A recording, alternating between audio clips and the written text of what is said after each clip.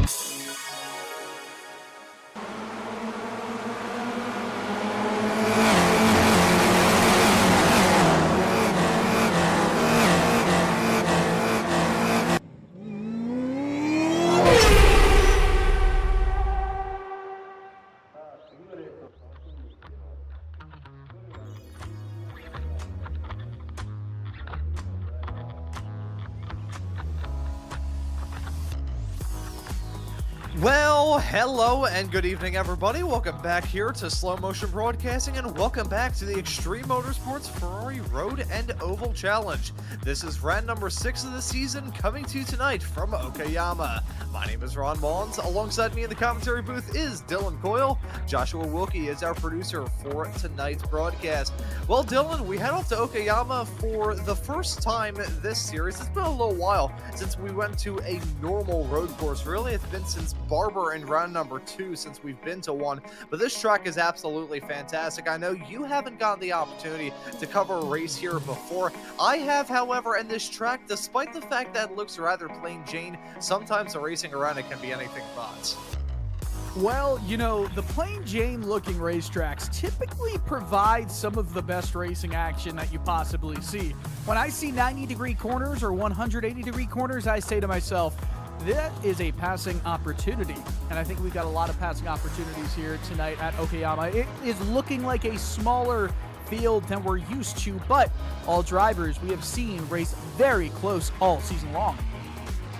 Yeah, we've seen some absolutely amazing racing, and we're off the back of a certified banger at IRP about 2 weeks ago. That race was absolutely amazing. The two races, in fact, that we had there were truly incredible. Chester Guidry was actually able to grab the overall race win in the first race during that, with Mike Dam returning to victory lane in race number 2. That sets itself up here for the fourth and third final races of this season. Kind of botched the delivery there, but you get the picture. We're going to get into crunch time here for this first ever championship for the Ferrari Road and Oval Challenge, the fun ride. And now these drivers have the fun ride of this racetrack. Talked about it being a bit plain Jane at 2.31 miles, 11 turns. It feels like every single racetrack at the exact same time. You got medium to long straightaways, kind of flat out sections, some quick turns, some slow turns, some medium speed turns. This track, though, has some rather interesting history surrounding it. Even hosted Formula One 2 times back in 1994 and 1995 under the name of the Pacific Grand Prix. This track is super fun, and looking forward to seeing what kind of racing we have here. Currently in the midst of qualifying with times getting set on the board. Mike Dam currently holding on to that provisional pole, but Chester Guidry once again flexing his muscles in that number 1 machine, holding on to the AM pole and currently spot on the front row. Yeah, right now the second and third place provisional drivers are from the AM class, and Guidry and Jeff Jacobs. This track, it's, you know, one of the things about Okayama, its character, is its elevation change. It really does add a little bit of more intrigue than you'd see if this track was just a flat racetrack. We talk about plain Jane, and that's more in some of these corners, but I don't think we can necessarily say that because of that elevation change, the scenery. It almost feels like it was carved within the mountains.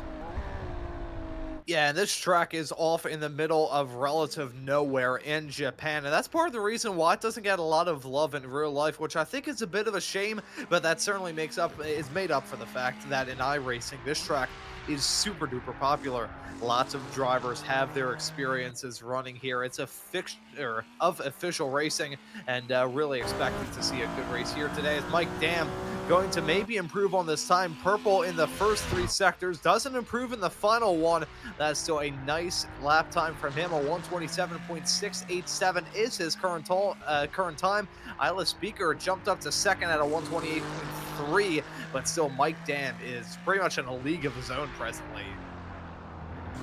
Yeah, that AM class has suffered a little bit over the course of the last 45 seconds or so. Drivers are starting to set faster times in that pro category.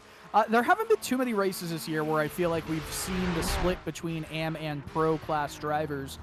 Right now, 4 out of the 5 pro class drivers are qualified above AM counterparts. Yeah, and it always is fascinating in single make, single class series where you don't have different classes of cars, you just have different classes of drivers. Of course, here on Slow Motion Broadcasting, we cover the Weekend Warriors every single Saturday and Sunday here on SMB, and whether it be in the Formula Vs, the Formula Fords, or the Spec Racer Fords, you get the opportunity to see many different drivers and many different classes really intermingle, and I always find that dynamic to be rather interesting, both from a broadcaster side of things and occasionally from a driver side of things, getting the opportunity to have a chat with some of these racers and ask them what the mindset is when it comes to battles like that. I'm sure we'll be asking those questions a little bit later on. For now, though, it looks like the main duel in this qualifying session is actually for the second place position in that pro category. Isla Speaker and John Kroon continue to swap spots, so we'll have to see how those two drivers can make it along. I also, real quick, this just popped into my head, so I want to spit it out before my ADHD fully kicks in. The driver of the number 1 car, who we've been calling Chester Guidry all this year, he actually let us know after the broadcast at IRP that's actually Chester Guidry. So I do apologize, Chester, and we will make that change. So that is, I gotta say that I think we've been on a good record thus far this season, Dylan, of me not killing everybody's name pronunciations. I would agree with you, Ronnie boy.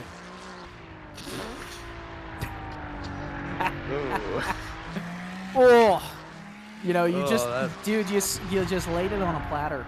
We were talking pre-race about what Ron wanted to be called when he was, what, 10 years old, 12 years old, something like that? Yeah, I mean, it ran for many, many moons. Here's a fun little fact of a big derf and a brain fart for me as a developing human. This was back when I was 16, when I was getting my forms filled out to get my learner's permit as I was starting to drive, and I wrote my name as Ronnie Maunz instead of Ronald, which is my full legal name. So I prefer of the two. I'd rather get called Ronnie than Ronald, because Ronald makes me sound like either the McDonald's mascot or a lot more professional than I am. So we take the wins when they are allotted, I guess. But yes, yeah, I definitely that was a softball you had to swing at that, didn't you? Oh, we like to have a good time here on SMB. That looked like a little adventure. The track safety marshals are going to help out a little bit. Bit of a shortcut right there. Wonder if we're going to have any of these workers during the swap over clean up some of the gravel on the track, because there's a lot of it here. Yeah, that's already been a factor here. I mean, we see in that runoff area, that's heading off through the final section of turns. That is in the brief run-up, the crackle over between turns number 6 and 7, right around that shortcut loop. That is just absolutely caked with gravel. Around many parts of this racetrack, as we follow Jeff Jacobs heading his way off through some of these turns, that's actually through turn number 8, there is no grass shoulder. It is just asphalt, white line, gravel. Yeah, and I honestly kind of like that. It feels more like an old school racetrack, if you will, which has not been touched by all of the grade 1 safety standards that the FIA kind of mandates for Formula 1 style racetracks. So could it be a little bit more dangerous in real world racing? Maybe, but honestly, this is we're not in the real world, right? We do have to recognize that. We can. And also, Okayama, obviously, is in the real world. We can put whatever we want on this racetrack, given that this is iRacing. But what we're doing here is putting some awesome action on with these Ferrari GT3 machines. Yeah, these cars, who are still some of the newest cars on iRacing, may be getting usurped here as soon as we rapidly approach the switch over from season 4 of 2024 into 2025, I should say. Holy cow, a year back into season 1 of 2026 coming up here on iRacing. We'll get some new cars here as soon as Casey Knight holding on to that top spot in the AM category. No silver drivers today, interestingly enough, but I think as we have a little bit of time left here in qualifying, we'll take a quick look at the championship point standings here for this race. We'll quickly touch on that before we have a chat with Chester Guidry, your current P7 driver here in this session. So I'll start off as usual with the pro category, which has been rather topsy-turvy, but with a win 1 week ago, Mike Dam has really been able to eke out a championship points lead in that category. 260 points is his tally. Michelle Squire about 25 points back, slotted in second. Isla Speaker is slotted in third, with Joe Nagy and Chris Thorman completing your 5 drivers in the top 5, as it usually goes in the pro category. Some close gaps as we got a little bit farther along, but the point remains that it's really been the Mike Dam and Michelle Squire show throughout the season, with Dam holding on to that top spot. We'll take a look now at the M division, where things have really been, it hasn't been the Dam show, it's been the Guidry show, and look at that gap, 233 points. That's actually second among all the drivers here in this series, which is absolutely fantastic. Jeff Jacobs is slotted in P2, however, only 30 points. The difference between those competitors, I say only 30 because that's actually more that is in pro, but still the point remains that Jeff Jacobs is the only one that's really been able to keep Chester Guidry honest this season, with Aaron Sunday, Casey Knight, Mike Mann, Neil Weston, Jimbo Pfeiffer completing your drivers in the AM class. We'll take a quick look now at silver, where we don't have any drivers racing here, so this will remain about the same. Jake Mackey in front of Sean Mulholland Mulholland, Bobby Childs, and Tom Jenkins. All the rest of the drivers with championship points. Robert Grist has yet to score thus far this season. And we do have some team standings to briefly take a look at here before we move off into the interview with Chester Guidry. It's Rockefeller Racing up at the top with 390 points, but only 6 behind is Big Fast Racing. HTPK Racing, which I believe is the team that Chester Guidry represents, is a little bit farther back with Squire Motorsports and Orion Racing completing your top 5. And what is a very stacked field of many teams. I'm looking. There's Ryan Cobb's team, Pack Up and Para Performance, Poo Poo Performance, slotted in 10th. You'll have to see that right there. But I was going to pass it off to you, Dylan, to have a chat with Chester Guidry, but I just realized that he left the interview waiting area. I guess we need to restock up with the snacks to keep those drivers there longer. Sometimes I wonder if we brought the right snacks. Obviously, Chester said no, we did not. Yeah, that's a shame. That's one of the great investments with running a broadcasting company. It's just keeping up with the snacks, making sure that the ones that you have in there are good. There's not too many drivers that want to hop out of a car and immediately start snacking on Fig Noons. Although Fig Noons are quite good, I have had some. That's back in my karting days. That's not what I would have wanted to munch on after getting out of the cockpit. No, this is absolutely accurate. Sometimes in the world of racing, sports, broadcasting, anything, you have to think about, if you are thinking, is it time for food? It's certainly time for food. Adam just came into the booth. See, that was fully intentional. I am worried now. So, Dylan, have I ever told you about what Adam has done many times for nearly a full year now here on SMB? I have no idea. You tell me.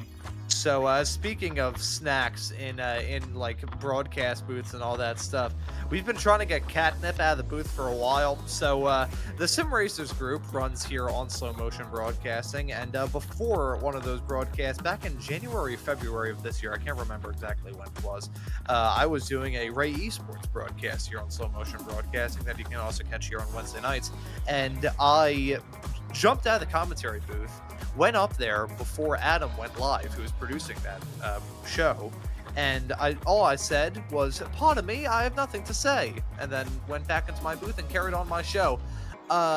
Then what started off as a small little bit for me has turned into Adam coming into the commentary booth and meowing many times. He started it that night. He's continued doing it. One of the first things that he got after being on deployment, I believe it was Guam, if my memory serves me correctly. One of the first things he did when he came back into the States was he came into the commentary booth and meowed. And there's only so many times you can hear a man meow into your ear before you maybe have to consider therapy. Let's take a look at the starting grid here for the first race of the evening, the first of 2 30-minute long races, as is usual here in the XMS FROC series. Mike Dam gonna start this race from the pole position. Isla Speaker will join him on the front row. Michelle Squire will start in 3rd alongside John Crewman 4th. Casey Knight will start in 5th, grabbing the AM pole in the process. Joe Nagy will start in 6th with Chester Guidry in 7th. My apologies. Jeff Jacobs in 8th. Aaron Sunday will start this race in at 9th with Mike Mann, who I believe is a last-minute entry here in this, completing your top 10. So those are your starters for this race. It's going to be a fun one, Dylan. I hope it is. With 2 30-minute races, there's always a little bit of a worry, of course, and I think it's a fair worry. Whenever you have a smaller field, you might have fewer battles going on throughout. I think we'll have some close action here. All you need, right, is 2 pairs of 2 cars that are duking it out for 30 minutes at a time here, and I do think that this series has consistently shown us that we have drivers who are very equally matched all throughout the field. I think we'll see a little bit of that here tonight. Yeah, I think we're going to see a lot of battling, a lot of dicing. These racers are going to put on a good show for sure. And expecting the best of the best here on SMB, as per usual. These drivers have given us many an awesome battle to talk about as we take a look at some of the sights and sounds around this racetrack. That's going to be a trouble point. It's the hairpin of turn number 4, the Atwood curve. Going to be tricky. Keep an eye on turn 5 right after it at the other end of that back straightaway. Hairpin yes, that is the name of the turn. They literally do call it hairpin. We'll have to have a discussion in the small little heat race break between race number 1 and 2 about some of the odd turn names here on this circuit. But this is going to be fun. Expecting, last corner, first corner, hairpin. Lots of turns being named after British drivers because of some interesting chicanery when this track was first built. But anyways, let's get up and rolling for the 6th round of this FROC season. Got 10 cars strong, about to bring the thunder at Okayama. That pace car is trundling down pit lane. The field is trundling down the start-finish straightaway, waiting for that green flag to come out, which it has now. And the drivers are on their way, breaking out of the lines right away. Everybody fanning out nearly 3 wide as they head their way in the turn. That's a big stack up contact made, and they all go off into the gravel. My word, Jacobs had something come off of that Ferrari. Mike Dam in the lead, but got a very hefty shunt from Casey Knight down the inside. Another car off on the outside there of that corner. I think that was the Williams curve as they go down to Atwood at the far end of the racetrack. A wild start to this race. Yeah, I believe that was Joe Nagy that spun around. He's now battling with Iowa Speakers, so that'll be a battle to keep our eyes on for the final 2 spots in this field. But I think that all started with Mike Dam parking the bus a little bit as he headed his way down into turn number 1, wanted to cover off that inside and keep it tight through the turn, which can be easy to get a move done around the outside if you're feeling brave.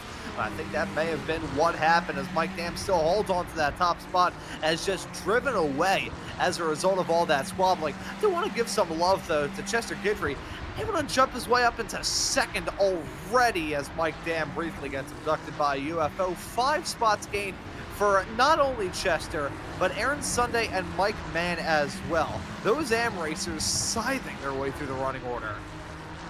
I'd like to hold back your enthusiasm for a quick moment before we start to see a replay as Casey Knight is trying to make a move down the inside through the last corner, I believe. Yes, it is, of Mike Mann. That excitement, I wonder how much of that was because 4 drivers went off into the gravel and turned away. That's my only thing. Yeah. Because there was a mess. See, I mean, here's the thing. They gained the spots anyways. That's what matters. True. Doesn't matter how it happened. You still gained 5 spots. You know, if you're happy, oh man, look at that. They're nearly 5 wide as they headed their way off into the turn. Big bumping. John Kroom gets spun around.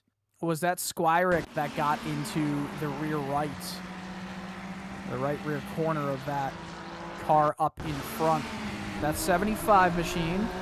Michelle Squirick right there, right in the slipstream of Dam. Had to kind of pull out to the left because Dam was on his brakes a bit early down the inside. That makes sense. And Squirick goes into a speaker, is I think what we heard. Yeah, I think we're going to have to take a look at another shot of that because there's a lot of things going on in the span of a couple of moments. It was about 7 drivers involved in that incident. So I think it all started with Mike Dam really diving on the brakes. There's Michelle Squirick in that orange number 75. The 36 was on the inside. That's Casey Knight. The 75 of Squirick hits into Speaker, who then goes into Kroom. Joe Nagy has to go off the track, and Jeff Jacobs piles in, losing his front bumper in the process. I'm going to be honest, I think Mike Dam may have dropped the anchors a bit too quickly down into that turn, just didn't want to overshoot and run off into that gravel trap. And in the midst of all of that, it kind of caused Knight to dive out of the way, and that kind of stacked everybody up. Then Casey Knight got caught up a little bit and caused it just run out of real estate space so quickly around this track.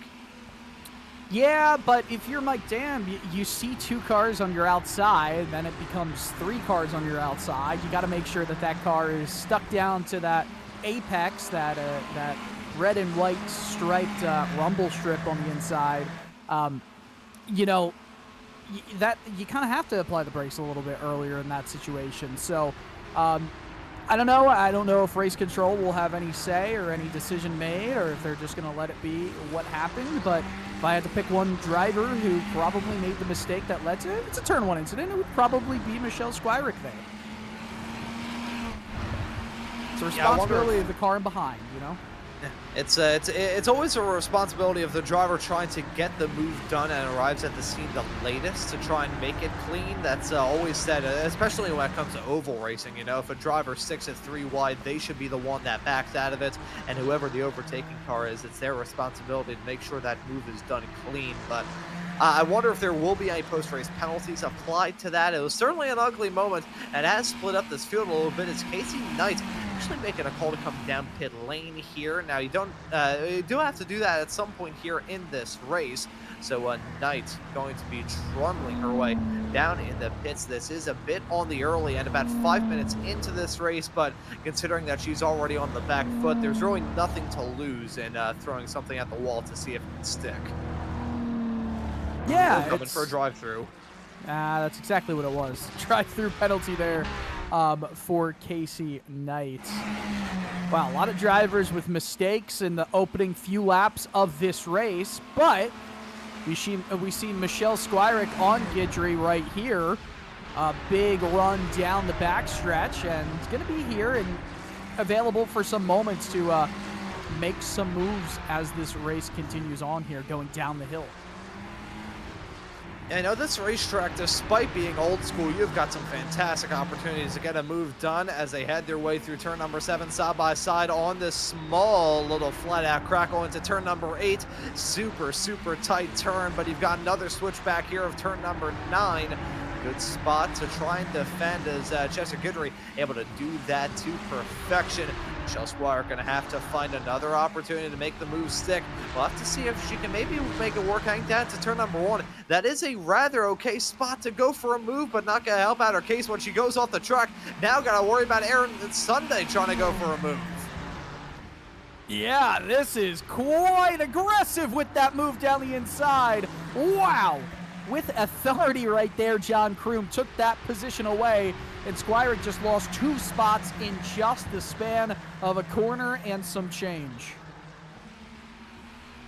Oh, that was so close to ending in disaster on so many occasions, but they kept it clean. They kept it clean. It was oh so close, and Michelle Squire starting to struggle here in this race. I wonder if there's any residual damage on that car as a result of the drama hang down into turn number 1, because even though it wasn't the biggest hit in the world, and it being a Ferrari Challenge sports car, sports cars can usually take a bit of a pummeling compared to their open wheel counterparts, but there's only so much you can do in a car that is bound to be aero sensitive. So I wonder if Michelle Squire has any sort of tweaks on that car that are causing it to be slow in the corners and slow in the straights. It's Aaron Sunday with the slow down. Yeah, and this track, you know, it's interesting. Looking at the map of it, there's a lot of medium speed corners. Williams, the Moss S, of course. Even, you know, you get through some of these final corners of the circuit right here. It can be it's not all based on mechanical grip, right? The higher speed the corner is, the more that aerodynamic grip comes into play, just as a basic idea. These cars are on fixed setups, right? So there's not much that they can do to change how they race, how they drive. If that was the case, if this was an open setup kind of race, it would be interesting to see how these drivers kind of approached this track. I guess one thing that we can say about this event and how it kind of stays true to the context in which this track is usually used a lot in officials. It's a bit of a staple of kind of rookie to C-class racing, where you have a lot of series that run fixed setups. I mean, just thinking about the series that I have personally driven around here in, MX-5s usually run around here with fixed setups. Erotico SR10s have run here with fixed setups as well, as there was John Kroom in the move that he managed to put on, muscling his way past. That end of the lap, really racy. This track is super duper racy as well, but just to kind of finish on the point, the sidecar that I was bringing into this dinner here is the fact that with these fixed setups, it feels like a lot of these iRacers are back at home. In a sense, I think everybody in their iRacing career has run a rookie race at Okayama with a fixed setup that maybe wasn't to their particular liking, but they just kind of had to take a brave pill, swallow their pride, and try and make it work. Yeah, Yeah, that's pretty much what you kind of have to do, right? No matter where you are, which track you go to, you just got to find a way to make it work, right? And we've seen throughout the season some of the top drivers have been able to make it work. They've been able to make the difference matter with the thing that is right between the steering wheel and the headrest, right? It's the driver itself. They've been able to separate themselves from the rest of the pack in equal machinery, and it's been quite impressive in this race right now. Even though Mike Dam is in the lead, I mean, there's still 5 drivers who could theoretically still win this race and make it seem possible. Oh, a slide there from John Kroom. Yeah, that's coming out of turn number 5, and the small crackle down into 6 going to cause a swap of spots. So John Kroom dropping down to 4th. Michelle Squire now in P3. Those drivers now going to have to worry about Chester Guidry well farther up the road. He's been able to pull a gap of 1.4 seconds. So that is working out perfect for him in this race. Talking about a comeback after some relative disappointment coming out of race number 2 at IRP, and the absolute triumph of doing well in that first race, grabbing the victory. In fact, the only racer thus far this season to be a non-pro overall race winner. Then in race number 2, he was beating himself up a little bit for some incidents that he was involved in throughout close quarters racing on that flat short track there in Indiana. But I gotta say, he's still been one of the most, if not the most impressive racer from this season, not only breaking through as being the only AM overall race winner, but just the results that he has put in the AM category alone. There's not been many times in which Chester Guidry has been outclassed. Yeah, not many times. And we'll see if this situation does arise. Obviously, Guidry is trying to make it work in the AM class, right? There's no overall individual championship here. Right now he's got those second place points, but higher than anybody else by 3 positions in the AM class, and that's important. And that's important for the championship. Don't have all the numbers, but theoretically, could this be a championship clinching day? Ooh, that is a very good discussion. That I would imagine. There, I think the chances of it are very high. At the very least, for Chester Guidry, I think this could maybe be the crowning of a champion that we are seeing in the AM class. He doesn't have too many drivers, but it's certainly pressuring him for the overall spots. And a reminder, folks, these drivers are scored based off their overall finishing position, not where they finish in class. But right now, Aaron Sunday, his closest AM rival, is at the tail end of this pack, so he's holding on to a very comfortable margin. May not be the biggest in terms of time, but is the biggest in terms of just space, because in between those 2 cars, you got 2 more. This is true. This is very true. I mean, pretty much it's just the top 5 running away with this race, and the top 5 are the drivers that really didn't have too many issues in that opening lap. Obviously, we saw some of the contacts, some of the happenings all around that happened to drivers like Squirek, but nonetheless, as this race continues to get closer to that halfway point, 2nd through 5th are covered under a blanket. Let's take another look at that first lap incident here. Mike Dam a little bit early on the brakes just because of how that turning angle and radius is. Squirek, I mean, even if Squirek went out to the left and was caught out by the braking, it's almost like she didn't turn in, right? That's my only thing. And I'm not trying to criticize whatsoever. It's a first lap incident. Nonetheless, it didn't help her in this race, except maybe make some contact with other competitors here. Looking from that angle, just dead on looking down the start-finish stretch into turn number 1 from the gravel trap side of things, it looked like Michelle maybe turned out the wheel a little bit. It's tricky to go side by side, especially on lap 1 heading off into that turn. The brakes are massive in these cars, but they take a little while to get up to temperature. The tires can be a little bit tricky as well.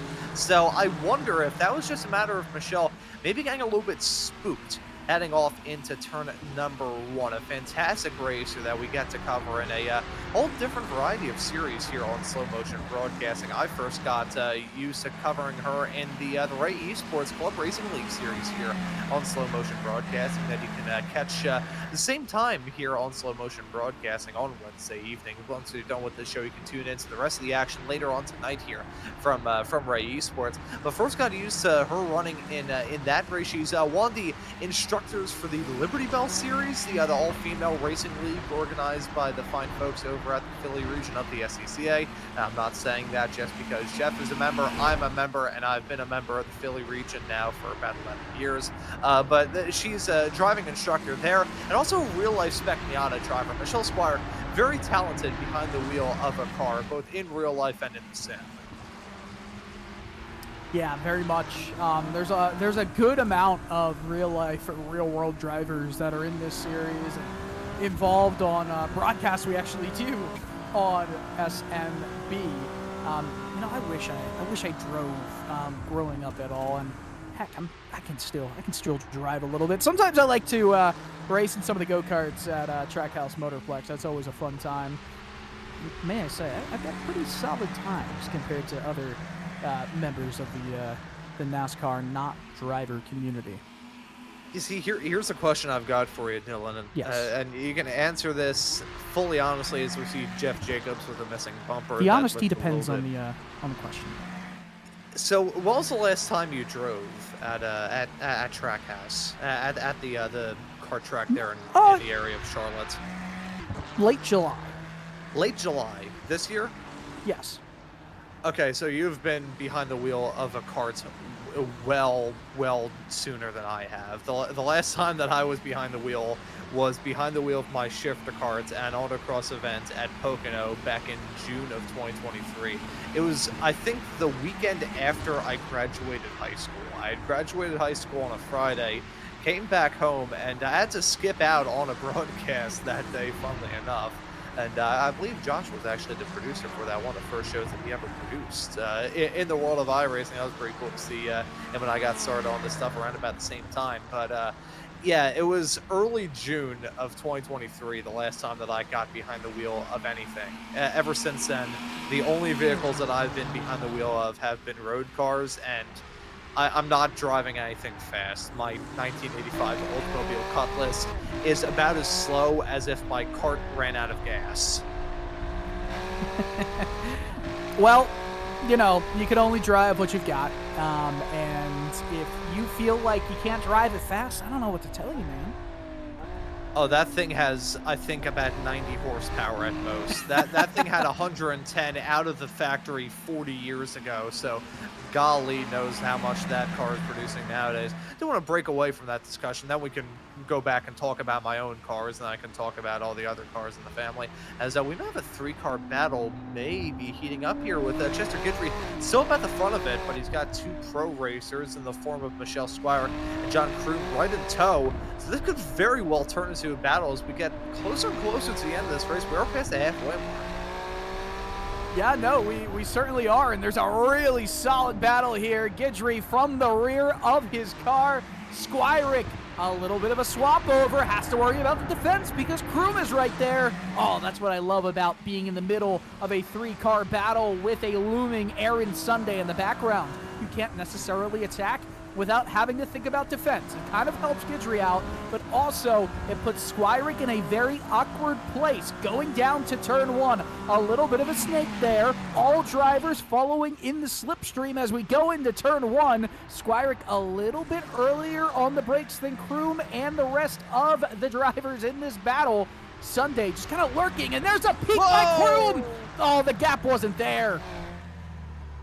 Yeah, it was always going to disappear as they headed their way off through turn number 2. That's such a shame for John Kroom, was running firmly in a top 5 spot. He's still in the top 5, but he has no shot at a podium now. Let's take a look at, I think this was a little bit of tension maybe boiling over, a bit opportunistic, saw that checkup, thought I got this, is a good spot to get a move done. It was always going to end in tears though. Aaron Sunday going to happily take that spot.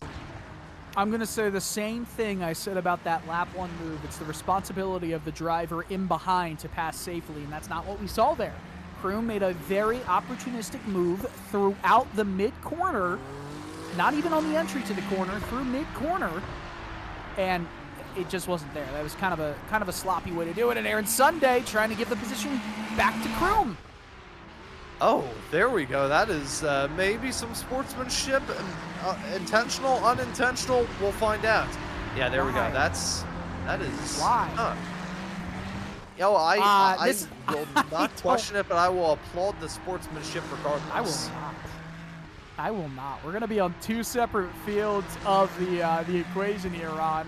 If you lose the position, get it back.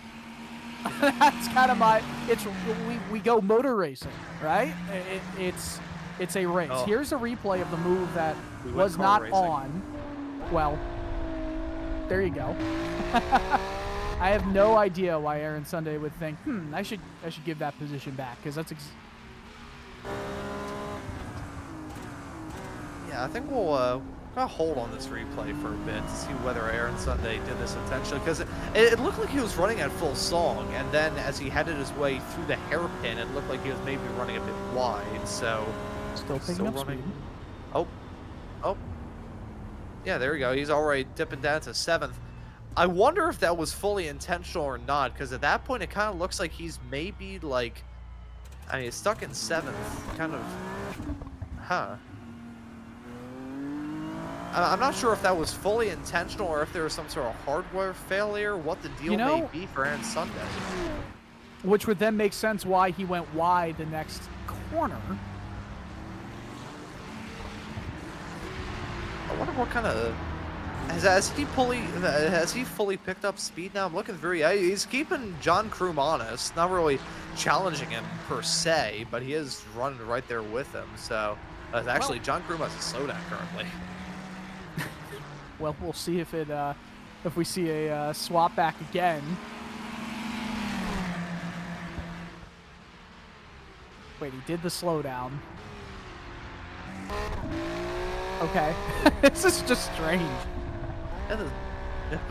I mean, he did the slowdown, did he not? And yes. Sunday, was he on full tilt there? I mean, listen, I'm going full-blown conspiracy theorist in this race right now, but if any of that was intentional from Aaron Sunday to give the spot back, I don't agree with it. Specifically because I don't care if the driver in front lost a position by something that wasn't even their own fault. It's a race. I don't even care if you're on the same team in papaya colors. And that's not because of anything you might be thinking of. It's because of the car that we're seeing on screen. Papaya rules. Let's ruin both of the races so we can let that Dutch guy win again. I'm going to say that if that was sportsmanship from Aaron Sunday, I will commend it because that is incredible sportsmanship. I personally wouldn't do it myself, but there's many things that I would do behind the wheel that I would regret the second I got out of the cockpit. So I really cannot judge. What would you do in that instance? I would take that spot and run away. Just drive off into the sunset. That would be what I would do behind the wheel. I have done many selfish things back in my own karting days. It's not nearly as bad as what some other drivers do, because my version of being selfish out there on the road would be making an occasional hand gesture and slamming my steering wheel if my cart just bobbled on a shift or something like that, which has happened and that has been documented on video right towards the end of my karting days. But I remember one time, gosh, I was running at New Jersey Motorsports Park on the kart track. Nice. This was back in, I think, 2017, 2018. I was running out there by myself, and then there was this kid who had, his dad had a giant trailer with 5 chassis, 4 motors. They had radio as well. So the father could talk to the kid as he was out there on the racetrack. That was space age technology to my dad and I, who showed up with the cart on the back of a trailer that we had bought, one of those folding trailers that you can get from a Harbor Freight here in the States. just a ramshackle ragtag affair with the wood on the trailer that we had painted with Flex Seal. And then this kid just bumped me off the track every single time he got close to me, which, you know, looking at some kart races nowadays, that does kind of speak volumes about the driving standards, but, you know, the people don't like to hear that. I've been at New Jersey Motorsports Park's kart track before as well, believe it or not. It's a wonderful facility. Oh, it is. It is. And I actually would, I've used it mentally to compare it to Trackhouse Motorplex, because Trackhouse is obviously world class. New Jersey Motorsports Park as a circuit is awesome. Like, it's genuinely a fun circuit to race at. And it is, and we're talking about the kart track too. And I know a lot of people who enjoy was it the Lightning or the Thunderbolt circuit? That is the larger one they use in ARCA races, because I know people who have raced in those ARCA races there, and they've always enjoyed it. Fond memories of the Millville, New Jersey racetrack. And by the way, we're not just trying to have our own version of the Ron and Dylan podcasts, which we would title Go Birds, because there hasn't been too much action on track. As I say that, Casey Knight went off track and allowed Ilya Specker to just go on through. That's a battle for 8th place. There is a closer battle, though, on track, and it has reemerged as a battle for 2nd place with under 5 minutes to go here, Ron. It's been good all race between Skyrick and Guidry here. Yeah, it looks like the battle's once again going to intensify. Two drivers with cars that are maybe not feeling particularly great, trying to battle as Mike Dam continues to pull away. 7.2 seconds is the gap he has. And talk about a stranglehold he's having qualifying. There's only been one other driver thus far this season to start the first race from the pole. It was Chester Guidry. Last time out at IRP, he's been oh so dominant thus far this season. Hasn't been able to get the shocking amount of wins that you would expect for a driver who's grabbed all but one pole, but he has been super quick and certainly proving that here in this race.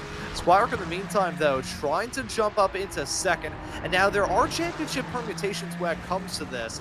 If this swaparoo can go on, it'll give Michelle Squire a chance to catch up to Mike Dam. Okay, we're good. I thought Chester Guidry briefly got abducted by a UFO, which he did, but thankfully the aliens put him back out there on the racetrack. Very so, if Michelle Squire can get this move done on Chester Guidry to jump her way up into 2nd and bump Guidry down, that would give Dam a bit of a headache when it comes to trying to lock up the championship. Squire would have a chance. Guidry, meanwhile, would have his own headache trying to seal the deal on that AM-Class championship. So it's kind of out of Mike Dam and Aaron Sunday's hands, and more so in Squire and Guidry's hands. Yeah, great point there. If we're able to see this is massive, right? Because Squire is trying to chase down Dan in the Pro Championship. So there is something to be said of one driver and one championship, in Guidry's case, who can almost certainly clinch the championship here tonight. Well, Squire doesn't want to see the same thing happen in that Pro Championship. So every position is a massive position to gain, or at least hold on to. As we get to the end of this season, everybody's going to want those small spots more and more. Doesn't matter whether it's a battle for the final 2 spots on the podium.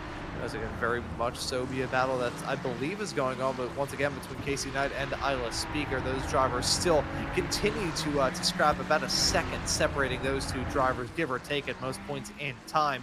But everybody's going to be a bit more aggressive as we get into the end of this season, and doubly so considering that the final 2 races that we are heading to are tracks that can be a little bit draft heavy.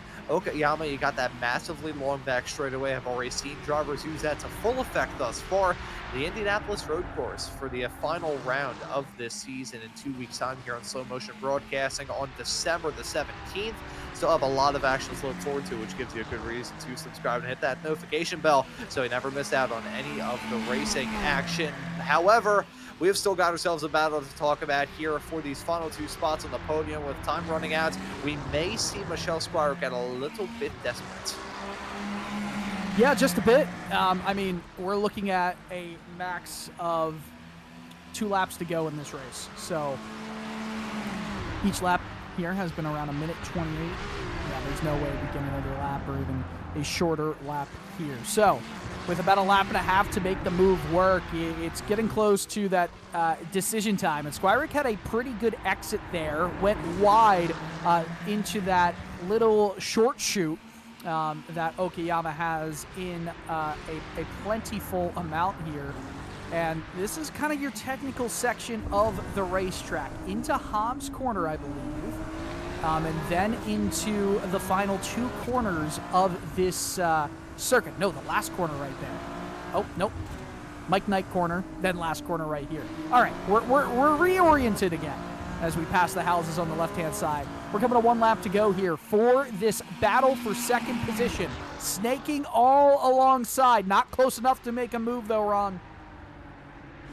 As Mike Dam still drives away, this battle for the final 2 spots on the podium going to be intense. Who's going to get the bronze? Who's going to get the silver? Currently, it's Guidry holding on to that silver spot. What can he do, though? Can he do anything? That back straightaway is so long that I really feel like the ball is in Michelle Squirick's court. Let's see what she can do as they head their way out of turn number 4 for the last time in this first race. That was an amazing exit from Michelle Squirick, keeping that momentum rolling in that 75 car. Will she go for the move on the outside? She does. Last of the late breakers into turn number 5. Alongside she goes, but not able to make the move stick. Right here. She goes for the dive, though. That's going to be tight as they head their way off into 6th. Squirick has to go off into the grass to avoid making full contact. That could have ended in tears. Squirick with a big snap. That may have just settled it for Guidry to hold on to P2, but Michelle Squirick gave it absolutely everything. Gave it the old college try at the end of this race. She still is, with a dive off into turn number 8, running very deep into that turn. I'm not sure if she'll be able to get that move done. Meanwhile, Mike Dam about to cross the line with a glitching at Barry in the flag stand. That is the most amazing flag waving I've ever seen. He's been doing it by his wrist. Mike Dam wins. It's going to be Chester Guidry in 2nd, Michelle Squirick in 3rd, and a pretty awesome battle to end this race.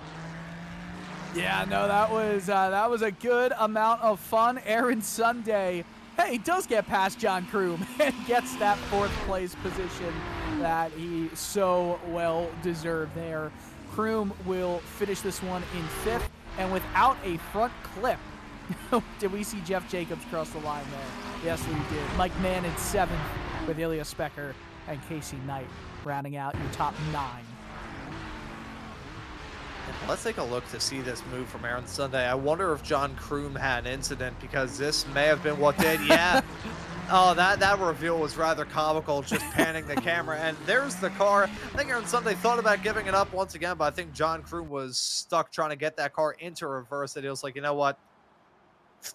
I gave you one chance. I'll give you one chance alone. And he just started to drive away. So that is race number 1 done and dusted here for the 6th round of the Ferrari Road and Oval Challenge season here at the end of 2025. If you are enjoying this broadcast, how about you hit that subscribe button and the notification bell so you don't miss out on any of the racing action.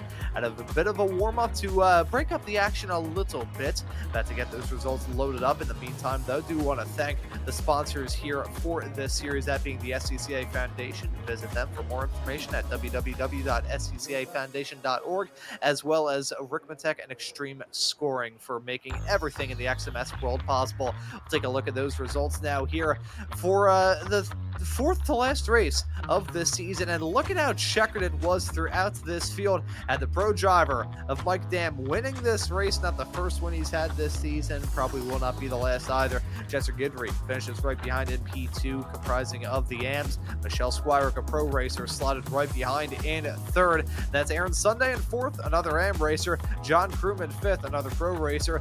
2 AMs to break it up, with Jeff Jacobs finishing right in front of Mike Mann. Isla Speaker will will finish this race in 8th, with Casey Knights and Joe Nagy completing your top 10. A race that really got settled, I think, at least in terms of the battling up at the very front. After turn number 1, once Mike Dam held on to it, coming out of 1 and all drama broke out behind, he just took that opportunity, grabbed that torch, and ran away. Yeah, that was some good fun, man. It's kind of what I said. You know, we have good drivers who are able to make a 10-car, 30-minute race very interesting. That's exactly what we saw here. Would have loved to have not seen that lap 1, turn 1 incident. Would have been great. But we have a redo that's going to happen with a completely reversed lineup for race 2. Yeah, that is going to be a wild fixture to look forward to here. We do have the opportunity, though, to have a chat with your AM race winner in race number 1. That being Chester Guidry, now joining us here in the booth. Chester, I do want to apologize the fact that we didn't get the opportunity to drag you in. We were going to drag you in right towards the end of qualifying, but our little pre-race jibber jabber stretched a little bit too long. But welcome in here to the broadcast booth. Well done on the podium in race number 1. Want to ask you about that battle between you and Michelle. Yeah, I've got a lot of respect for Michelle. That was one intense race. My hands are sweating like crazy. I think Michelle was throwing everything at me, and I didn't know if I would be able to hold her off for as long as I did. So I hope you guys got a good show out of that. Oh, that we certainly did, looking at that battle towards the end. And Michelle really throwing the kitchen sink at it with the move heading down into the hairpin at the end of the back straightaway. That must have been a little bit unnerving, seeing her just go for the send on the outside. Yeah, that was. You know, she got up next to me, and I was hoping that I would get clear of her again. And I learned something, you know, when she did that. So I think earlier in the race, she kind of sent it up on the inside. So that kind of taught me, you know, I need to do a little better job of protecting. So toward the end there, I tried to go defensive and take that line away. But it all worked out in the end. So had a lot of fun racing with her. Yeah, it certainly worked out well for you as we get into the final 3 races of this season. Have the second one coming up here tonight. Full field invert from the looks of it. So what are your thoughts heading off into what's probably going to be a very wild race number 2? Well, like a few other tracks this season, Okayama, this is my first time here, and I don't have almost no practice in traffic. So this is going to be quite the eye-opening experience, I think, coming into this next round, starting in the back. But we'll see how it goes. Well, certainly looking forward to seeing what you can do in that AM class and throughout this field. You've been one of the standout stars throughout this season, Chester, and looking forward to seeing what you may have up your sleeve here in the second race tonight. We'll probably have a chat with you a little bit later on, so we'll save the thank yous and shout outs for then. But thank you for joining us here in the booth, and good luck in the second race. Absolutely, guys. Thanks. Enjoy the show. We certainly will. That right there was Chester Guidry, our P1, a P2 finisher in the first race, I should say. It was Guidry. See, we're going to get the name pronunciation correctly. It happened about a year ago here on SMB with a standout star as well in the Formula V category, that being Tortolo, who we used to call Thortulo. And then he never corrected us on the pronunciation until his dad did, who actually races in that series, and we had to adjust accordingly. But Chester, always love to have a chat with him, and nice to see his perspective about this second race. Another driver who's having to experience Okayama for the first time, which is a little bit of an oddity considering how often this track is a fixture of iRacing schedules. Let's take a look, though, at the starting grid for this race, and considering I've been yapping for quite some time, Dylan, I'll let you take this grid. All right, sounds good. Joe Nagy will be starting on the pole here in a complete reversal of the grid from race number 1. Casey Knight alongside in row 1. Leo Spiker in P3 with Mike Mann on the outside of row number 2. Jeff Jacobs will be starting in that middle row with John Kroom. Aaron Sunday, Michelle Squirick in row 4. And all the way in the back, I mean, so far back you can't even see from the safety car, is Chester Guidry and Mike Dam. Thank you for the, thank you, Joshua, our producer, for that very funny look back to see where that last row was. Wasn't fun. And he was stopped there for a little while. I was like, is there some drama that we may discuss here? Actually, I do want to touch on some drama coming out of the first race. Hearing that Casey Knight's drive-through penalty during that was not down to incidents or anything of the sort. That was entirely self-imposed. So good sportsmanship from her there. But this is going to be a wild one. If we thought the start in race 1 was hectic, this opening lap is probably going to be fire. I have a feeling that it's usually we've seen the opening lap of race 2 be a little bit more chaotic than in race 1, but I think the chaos probably has been kind of shaken out of these drivers at the start of race 1. We'll see if it actually comes back for race number 2's start. Yeah, so let's see if it's hectic. Let's see if it's chaotic. Let's see if we have to talk about another bout of 5-wide racing heading off into turn number 1, which if we were running on an oval, that'd be a bit normal. Here, however, it's a bit iffy. Ready to get things up and rolling from the second race of the night here at Okayama. Waiting for that green flag to come out with a long run down that start finish. Straight away, the green flag flies. The drivers are on their way for racing at Okayama once again. It's another squabble, 4-wide racing nearly as they head their way into turn number 1. Mike, damn, that is a big dive there farther in the back and a huge move from Jacobs. Drivers going off the track, and that right there spun off his man. Mike, man, no. Way in the back of this field, and I swear to you, we almost saw a carbon copy of what we saw at the start of race 1. The driver in behind down the inside line doesn't expect the driver in the lead to brake as early as they did, which I still think is the right braking point. Whoa. And reacted. What are you seeing?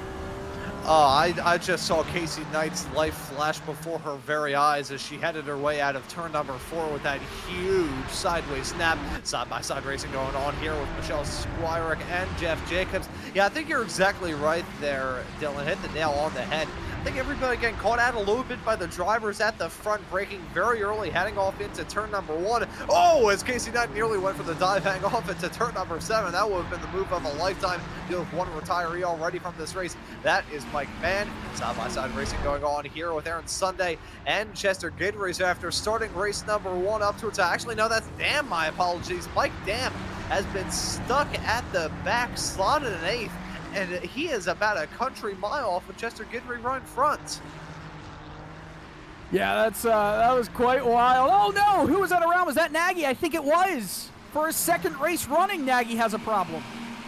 And going off into the gravel, more gravel getting strewn around this racetrack.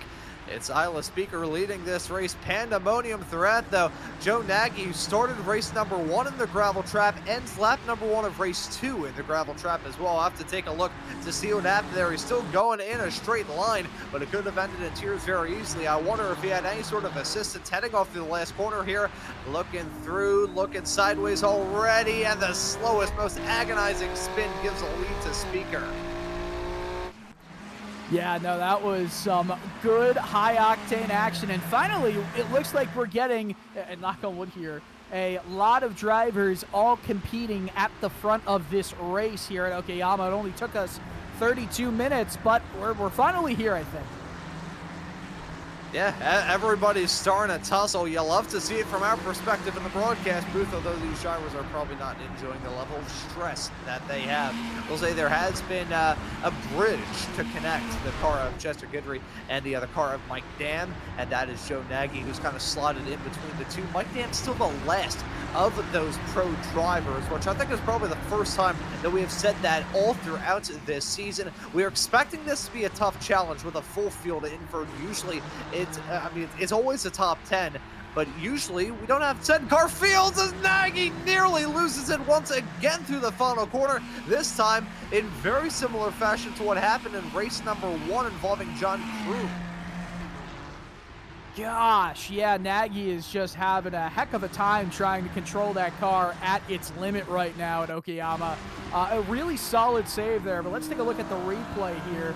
Oh, penultimate corner, just drifting it into that final corner. I'll tell you what,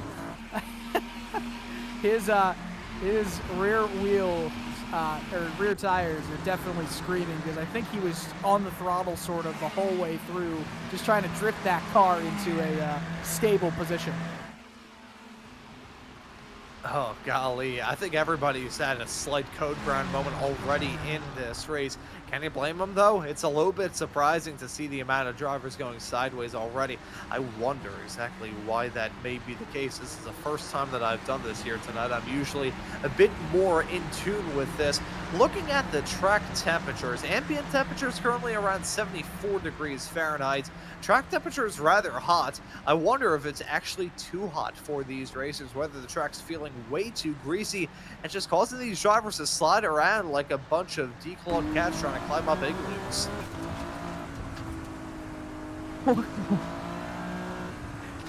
The igloos comment, you know, that is clever.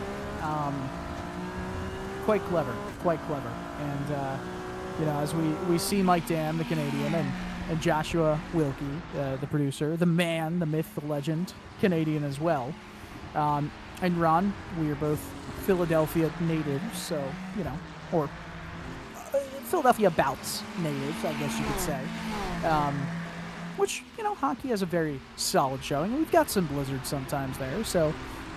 The igloo comment, though, I only think of Pittsburgh sometimes because of the Penguins. I don't appreciate that comment. Well, I think Pittsburgh sports teams have been frozen since the 80s, so I guess it does kind of work. Brother, the Penguins have won 5 Stanley Cups since 1991. Not a fact I'm happy about, and not a position swap. Oh, no! Oh, the sports trivia again broken up by Michelle Squires and John Kroom coming to blows as they headed their way off through turn 6.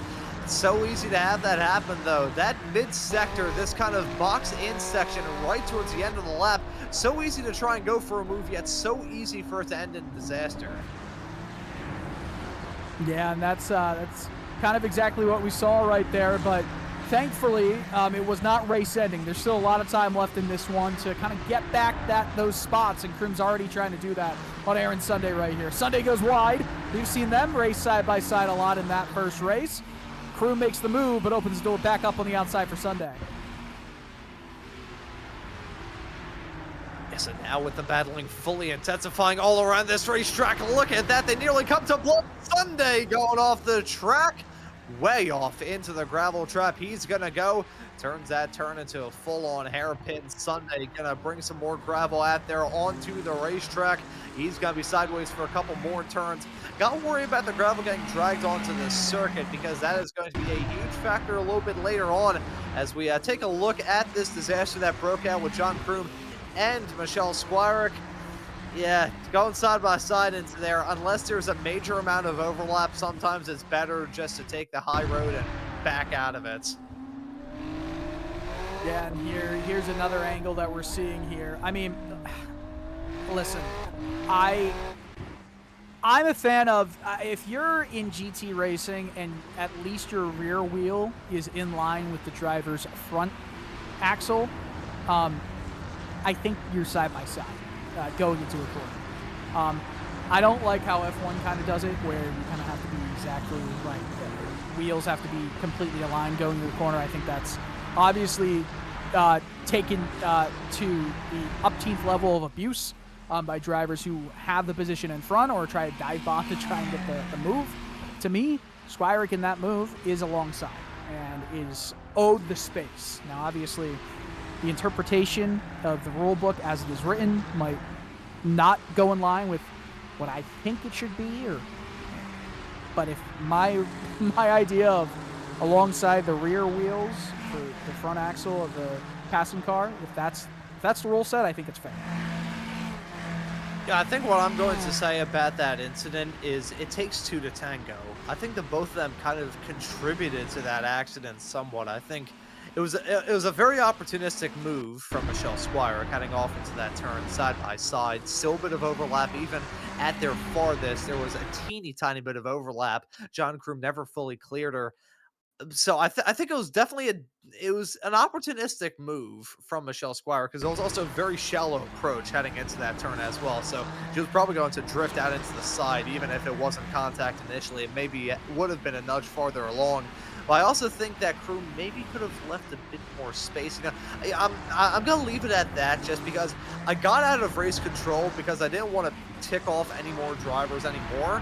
Because I would rather do that in the commentary booth and have them not come into the booth and grill me on penalties I gave them many moons ago. So I'm gonna take my hat out of the ring and retreat here into my cozy commentary booth.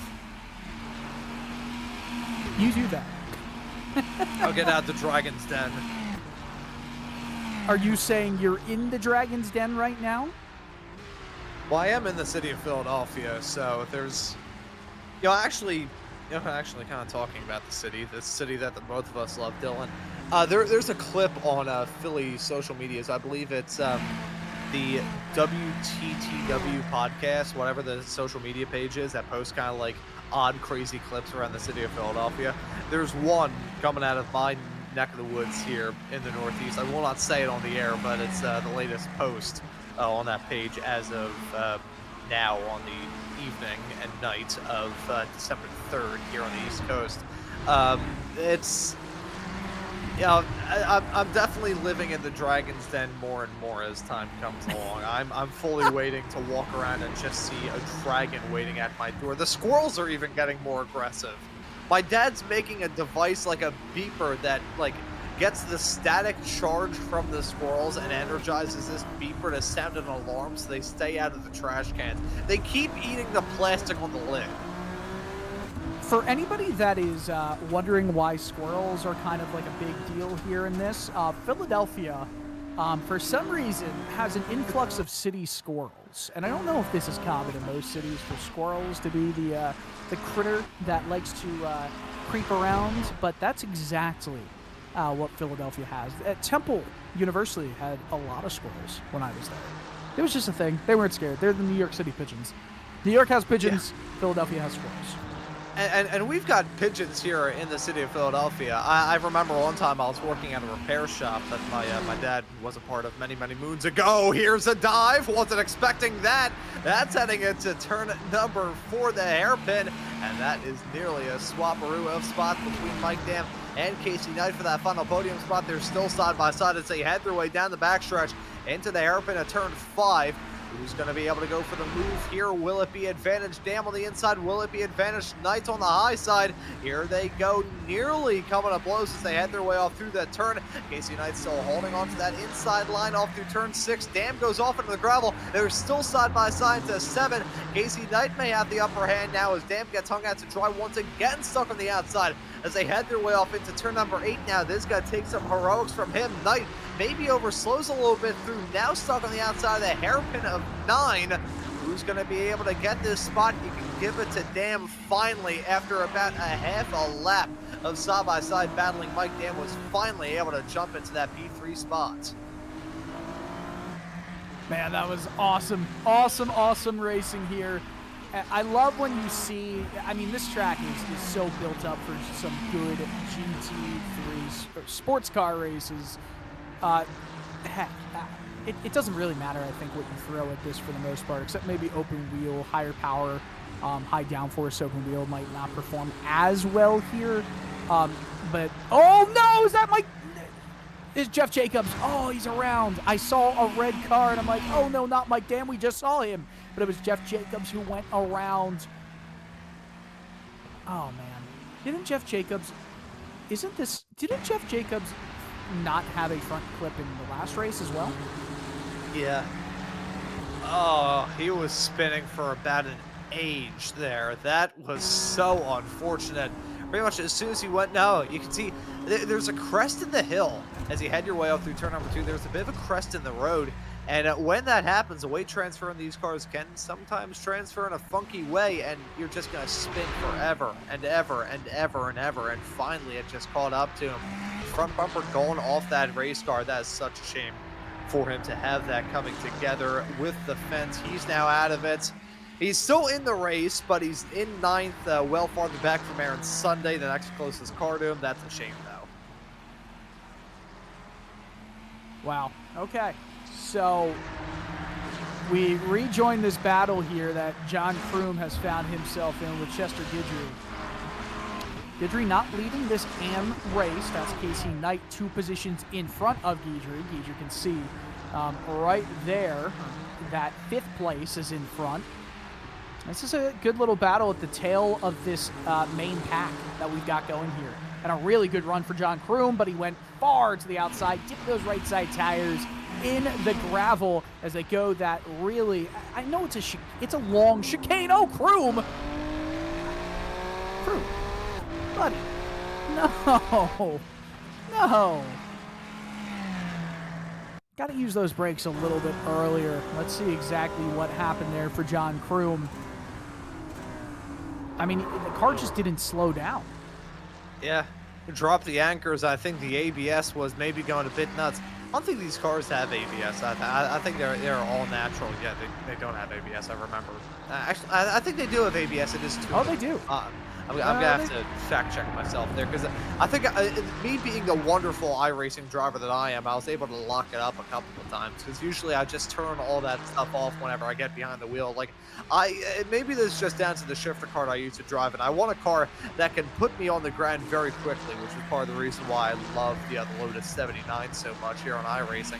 But yeah, just dropped the anchors and couldn't get it woed up down into the turn. At first glance, I thought it was just bumper-to-bumper contact that just caused that car to spin.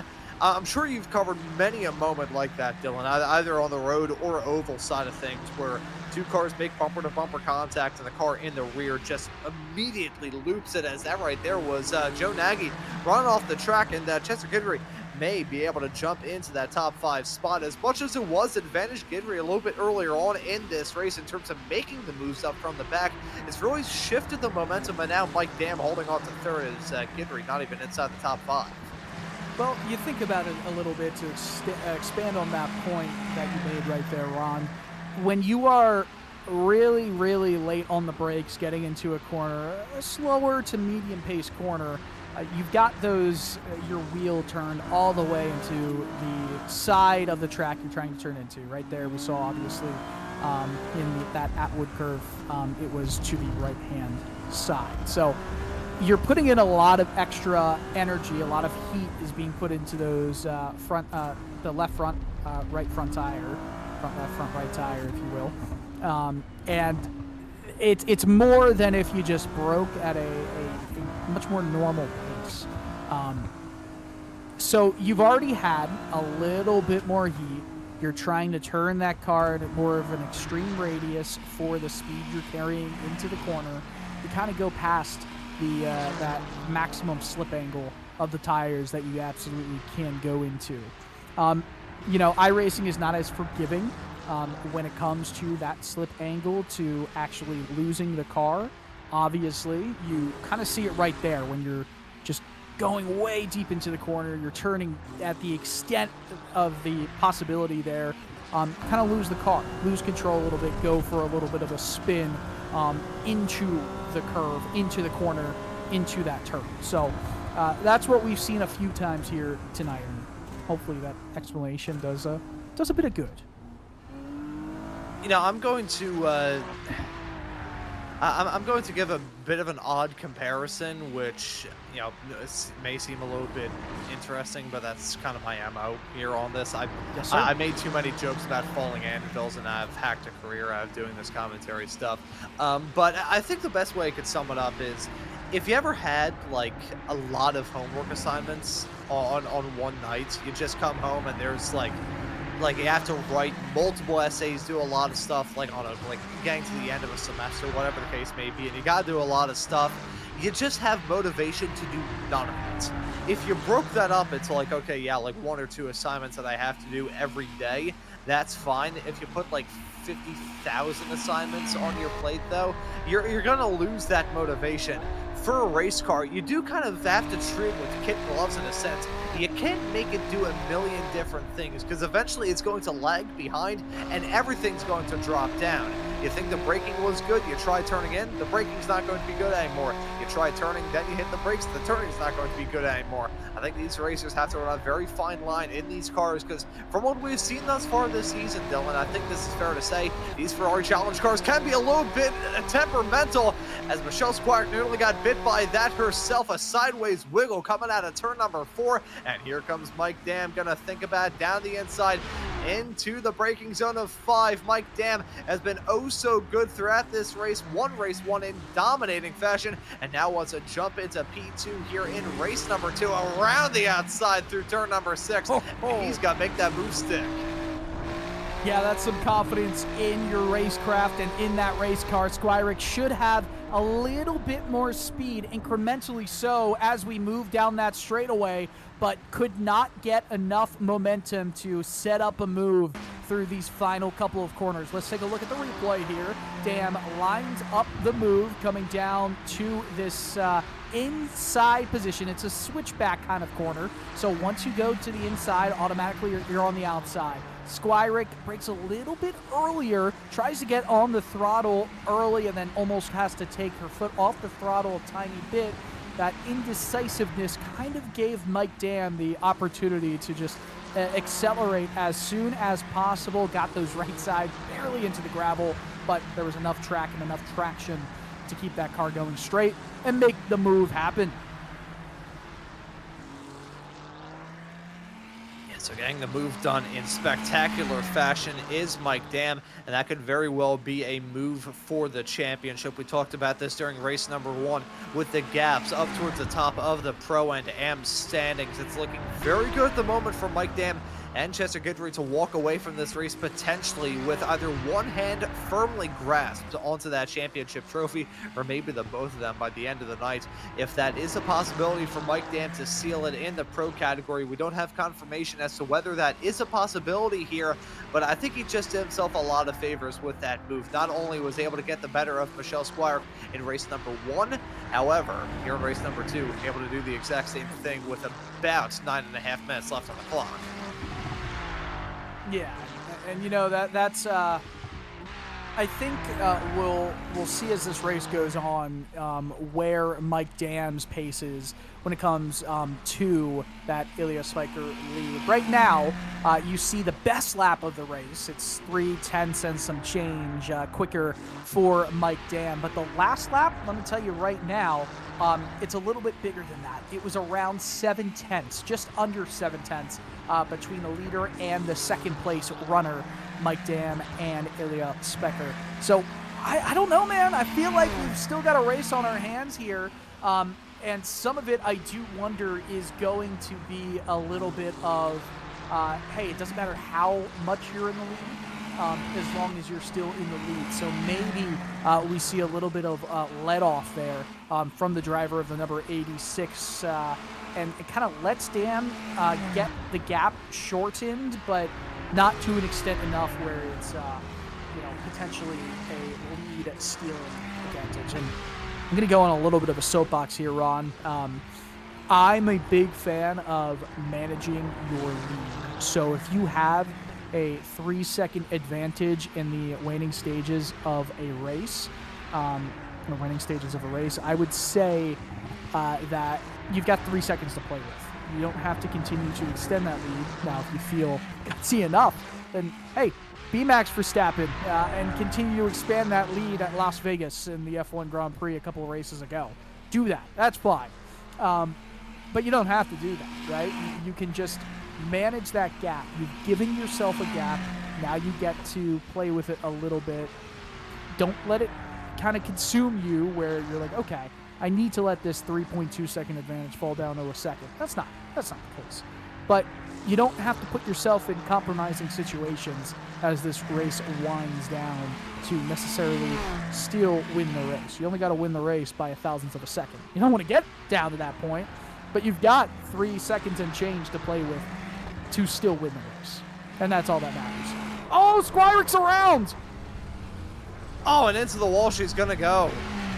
Big mistake from Michelle Squire. That is huge for her race, huge for the championship. It gives P3 to Casey Knight, gives P4 to Joe Nagy, and may very well give P5 to Chester Guidry. Let's look at him going for the move, heading down into turn number 5, side by side with the 1 and the 75 cars through the turn. Look at the damage on the both of those machines. Some crinkling on the front of Guidry's front bumper. You can see the damage on the side of Michelle Squire. That was a sideways moment coming out of turn number 4. And once again, it seems like these long sweepers that just never end. That's when it ends in tears for these racers. And man, that's exactly what we saw right there. Goodness me. I mean, Squirick was trying desperately to catch and chase Mike Dam back down. A little bit early on the throttle, and that one bump kind of unsettled the car.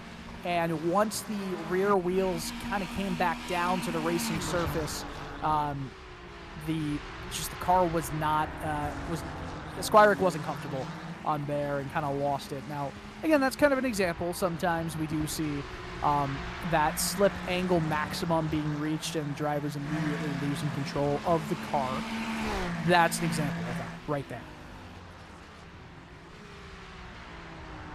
Yeah, just reaching that tipping point. It's like a boat in an odd way. You reach that tipping point eventually. As soon as you overtake that, the water's going to get you past. You get to the point with these cars where if you go too sideways, you will reach that point of no return where there's nothing you can do with the steering wheel to get out of that spin. It's something that I experience a lot in sports cars, which may be a statement of how tricky sports cars can be. Maybe could be a statement as to how I am behind the wheel. Maybe. Whatever the case may be. Yeah, probably, definitely. But I've had many occasions where I've been driving, we'll say a GT3 car, but it happens with a lot of different sports cars, GT3s, GT4s, even happens to me in MX5s. You reach that point where the car just gets sideways and there's nothing you can do. No combination of throttle, gas, clutch, shifting, steering the wheel in any direction, open a prayer, whatever it may, opening the door, doesn't matter what you can do, that car is going to spin around no matter what.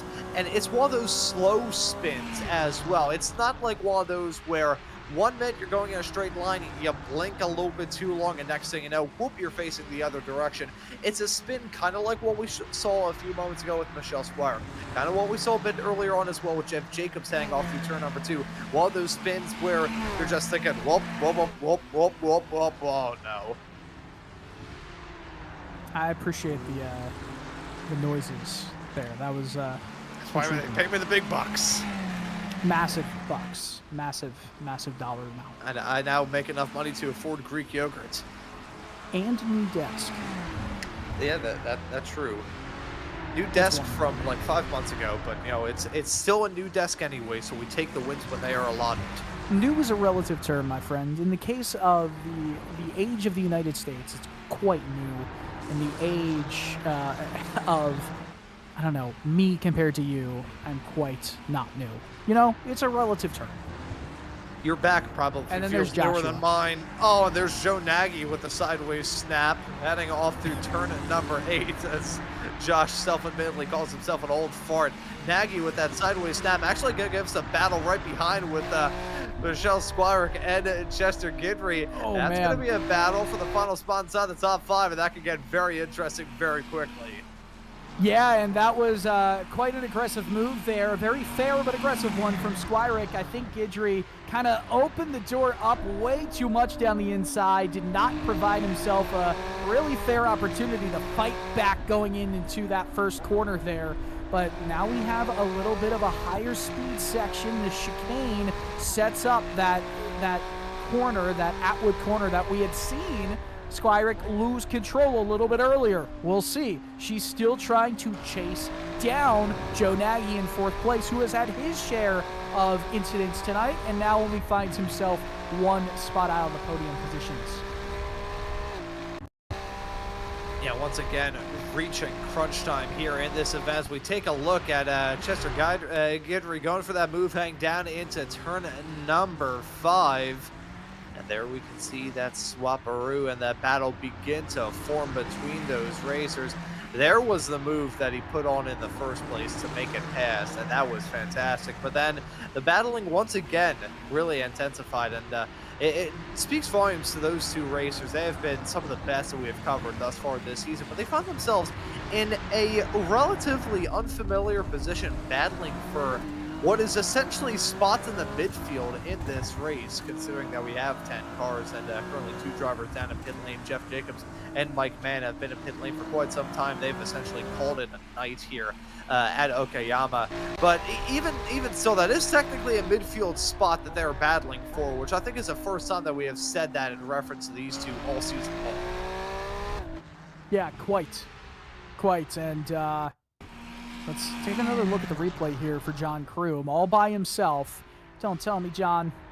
Don't tell me you turn it around again. Man, you turn it around.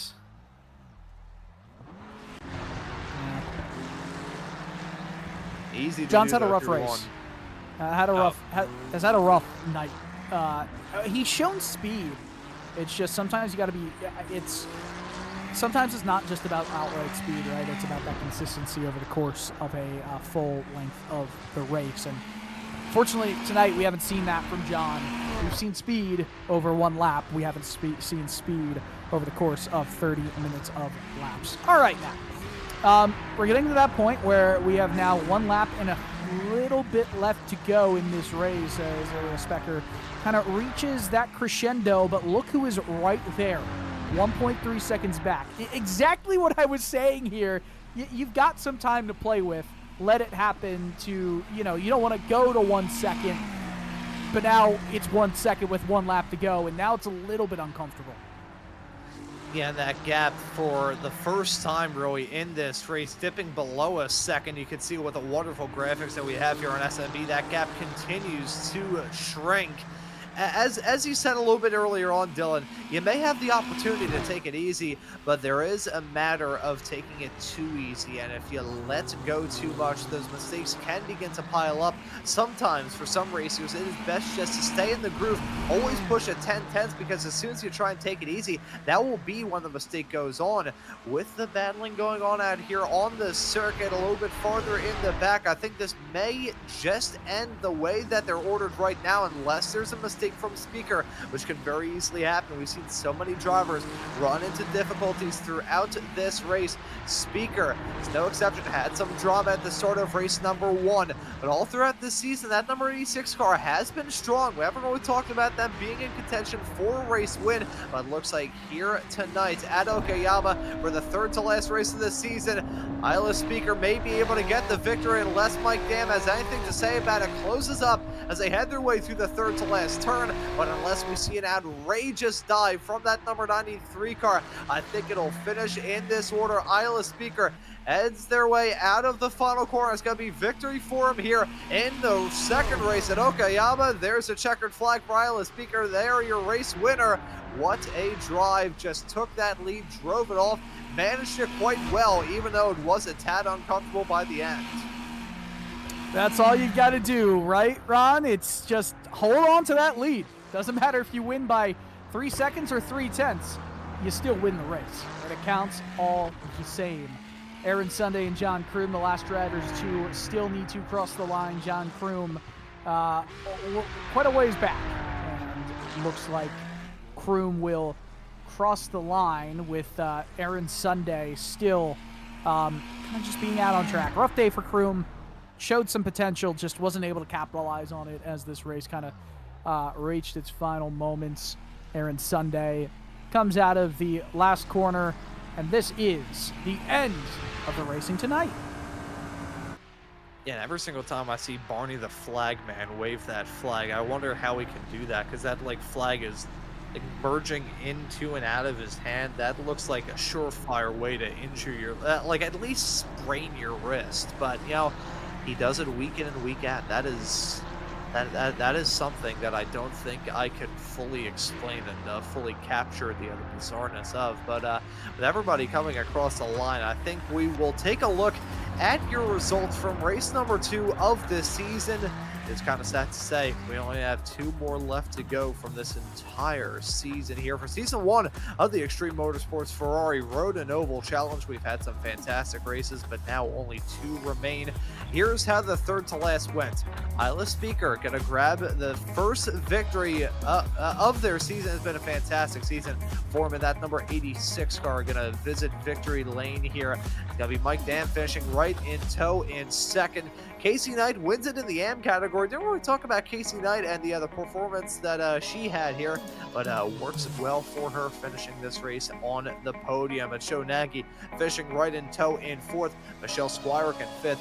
Chester Guidry will finish this race in 6th, with John Crewman 7th, Aaron Sunday in 8th. Jeff Jacobs and Mike Mann complete your field after dropping out a little bit earlier on. So that's how it looks here from your results for the third to last round of this season. Well, I'll let you all know that if you have enjoyed the broadcast, remember to hit that subscribe button and the notification bell so you never miss out on any of the racing action. But Dylan, looks like we have some drivers looking to have a chat with us, and I will let you get the interviews up and rolling by asking who you want to have a chat with first. My, oh my, I don't know. You've put me on the spot here. How about I a speaker? Why not? It's a good shout. Hell yeah, you got a copy? Hey, how you doing, guys? Hey, doing well, doing well. A really solid race victory for you in race number 2. You know, it's funny. You kind of followed a blueprint that we were just discussing with around 8 minutes to go. Heard it was we saw it was a 3.5 second advantage. I said, you know what? Excuse me, Ilya. You've got Yeah, some Ilya. time. Yeah. Ilya, that's what I thought. Yes, I'm it was blaming Ilya, Ron yep. for that one. That's okay. I'm blaming Ron. Ron, All right. speak All up. good. I've made a severe and continuous lapse in my judgment. Yes, no problem. See, I think Ilya, like Ilya Brizgalov. Yes, like it's the Ilya it's like a hockey player too. Exactly. Ilya Kovalchuk, and Okay. speaker is speaker, so just do it, just Americanize it. It's all good. Okay, beautiful. Ilya Speaker. It's Yes. so Americanized, but Yes. nonetheless, you know, you had a 3.5 second advantage, and you could play with it, right? It didn't matter if it was 3 tons at the end of the day. It was just trying to remain consistent at the end. I was just trying to put laps in, and it was hard because the track temperature was still hot, tires were going, and I saw Mike putting up faster laps, and towards the end, I was wondering if he was just trying to maybe just get a photo finish at the end. I expected him to be get me a little bit quicker, but I was trying to hold him off, just be consistent. And I've raced with Mike before. He's such a solid racer. Never makes mistakes. Yeah, no, but very few mistakes were made by Mike throughout both of tonight's races. Yeah. I know race 1 didn't go to your plan, so how? Nope. How did it feel to go from race 1 to race 2? Well, race 1 I qualified second, so I was feeling good on the outside there until that happened, and then I was trying to plan my race 2, trying to catch up and be on the inside of finish P3 or start P3 in the next race because I wanted the inside line for the next race. So it was disheartening, but it's a fun race. It's a great group. XMS runs a great series, and this and some other series I run in, so it's always fun. And you guys have done a great job too with the broadcasting. Much appreciated.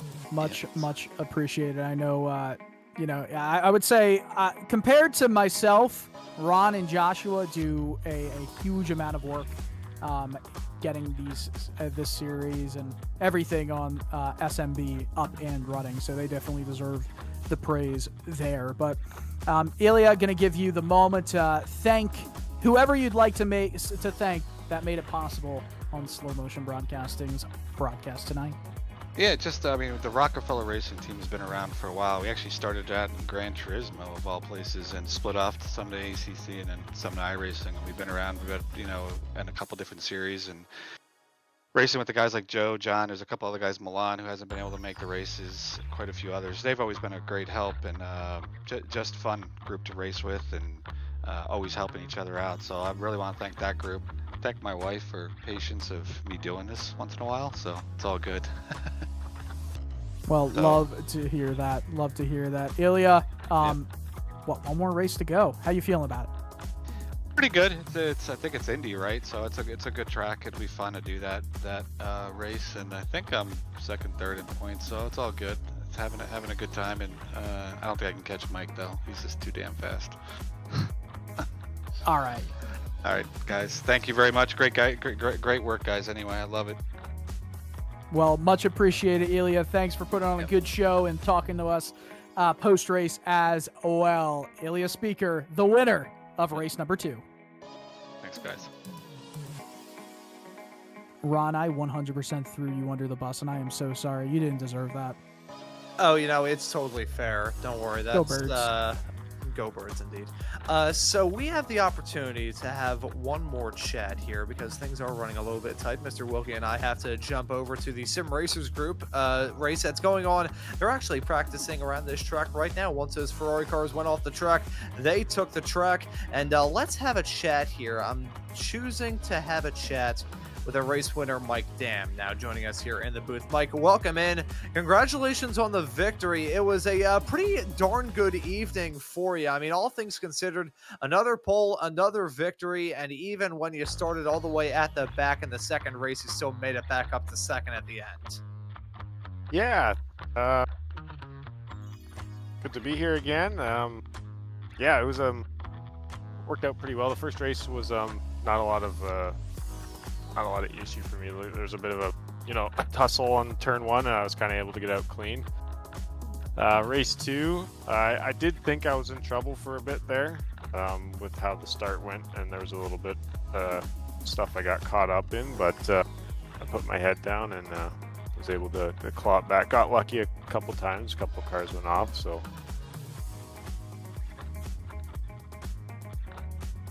And sometimes there is a little bit of luck that goes into everything in the world of racing. It worked out well for you here, man. Some good results as must be switching attention to championship aspirations, holding on to a comfortable lead. I'm not sure how it works out with you in points and what may happen heading off into the next round of the championship, but must be feeling good about that pro class championship. Oh yeah, it's been going pretty well last few rounds for sure. It's been tight racing though.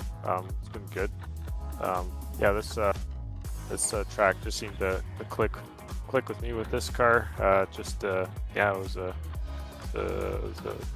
good combo for me.